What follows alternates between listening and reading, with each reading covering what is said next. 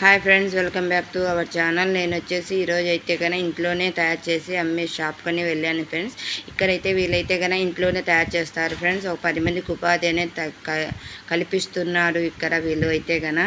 వీళ్ళ దగ్గర అయితే క్వాలిటీ కూడా బాగుంటుంది ఫ్రెండ్స్. నేనైతే కన్నా ప్రతిరోజు ఇక్కడ నేను నా సరుకు అనేది నేను షాప్ ఉంది కదా ఫ్రెండ్స్, మనకు నా సరుకు అయిపోయిన ఎంతమంది ఇక్కడికి కొన్ని తినేది అనేది తీసుకెళ్ళడానికి వస్తాను ఫ్రెండ్స్. ఇక్కడ మా సైడు ఏమేమి తింటారో అవి మాత్రమే తీసుకుంటాను. నేను తినంతి వరకు వేస్ట్ కదా ఫ్రెండ్స్. అలా అనేది నేను కొద్ది కాంతితో కూడా హోల్సేల్గా ఇస్తారు ఫ్రెండ్స్. వీళ్ళైతే కన్నా చాలా బాగుంటుంది. వీళ్ళ దగ్గర ఒక బాగా కంపెనీ కూడా మంచిదే ఫ్రెండ్స్. బాగున్నాడు, వీళ్ళు తక్కువ రేటు కూడా ఇస్తున్నారు. 10 మందికి ఉపాధి కల్పిస్తున్నారంటే చాలా గ్రేట్ కదా ఫ్రెండ్స్. ఇది ఇలాంటి తినటం వల్ల చాలా హెల్త్కి కూడా చాలా మంచిది.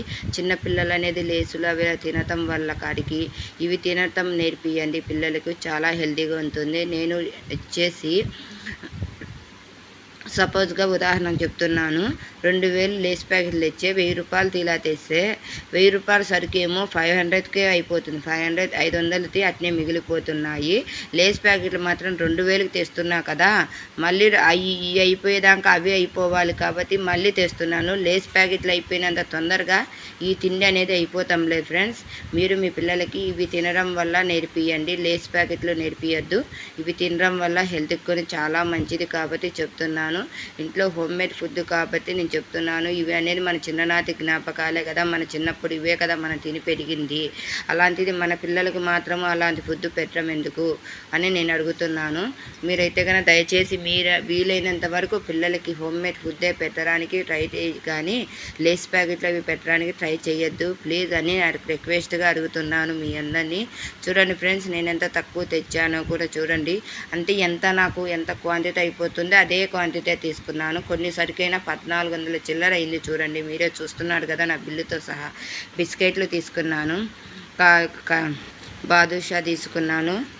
చూడండి ఫ్రెండ్స్, 2 తీసుకున్నాను. చెక్కిలాలు తీసుకున్నాను, 3 తీసుకున్నాను. చెక్కిలాలు 3 ప్యాకెట్లు తీసుకున్నాను. తర్వాత ఇవి గట్టిపప్పు అనేది తీసుకున్నాను.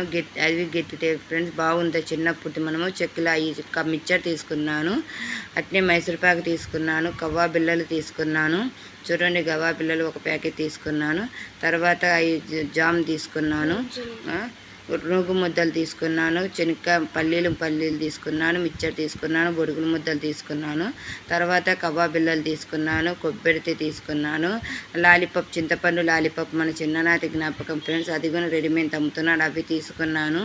అలా అన్నీ ఒక్కొక్కటి చూడండి, మీరే అర్థం చేసుకోండి ఎంత క్వాంటిటీ తెచ్చానో. అంతకుముందు లేస్ ప్యాకెట్లు తెచ్చాను కదా, అవి ఎంత తెచ్చానో, ఇప్పుడు ఇవి ఎంత తెచ్చానో మీరే చూడండి. అంతే ఏవి ఎక్కువ అయిపోతున్నాయో మీకు అర్థమవుతున్నాయి కదా. మీ సైడ్ ఎలా అమ్ముతున్నారు? మన సబ్స్క్రైబ్స్లో ఎవరైనా కిరాణా షాప్ ఉందా? వాళ్ళు ఉంటే వాళ్ళు ఏ క్వాంటిటీ ఎంత అమ్ముతున్నారో అన్నది కూడా నాకు కామెంట్ చేయండి. అలానే మీకు ఈ ఫుడ్లో ఏ ఫుడ్ అనేది ఇష్టం అనేది కూడా కామెంట్ చేయండి. అలానే ఓకేనా, ఏమనుకోవద్దు అలా మీరే అంటున్నానని. అలా తెచ్చిందని మొత్తం నేను ఒక డబ్బాలనే ఫోర్ చేస్తున్నాను. అన్నీ నీట్గా కడిగేసి డబ్బా అనేది అలా అన్నీ పెట్టేసి దాంట్లో మూతలు వేసేసి అక్కడ షాప్లో, బయట షాప్ ఉంది కదా మంది, చూశారు కదా మీరు లైవ్లో చాలామంది, అలానే షాప్లో పెట్టేస్తాను. అన్నీ పెట్టేసిన తర్వాత అలా పెట్టేసడం వల్ల నీట్గా ఉంటుంది అనేది నాకు కావాలంటే మీకు మళ్ళీ కావాలంటే నేను లైవ్లోనే చూపిమని ఎవరికైనా చూపిస్తాను. ఎంత క్వాంటిటీతో ఏది ఉందన్నది, ఏది తక్కువ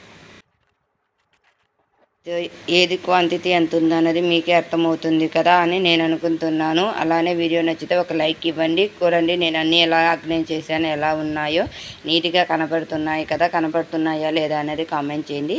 ఇలా నీట్గా పెట్టుకోవడం వల్ల క్లిమ్ములు అనుకుని చేరవు కాబట్టి, పిల్లలు తినే ఫుడ్ కాబట్టి మనం నీట్గా ఆర్గనైజ్ చేసి పెట్టడం వల్ల చాలా హెల్తీగా ఉంటుంది కాబట్టి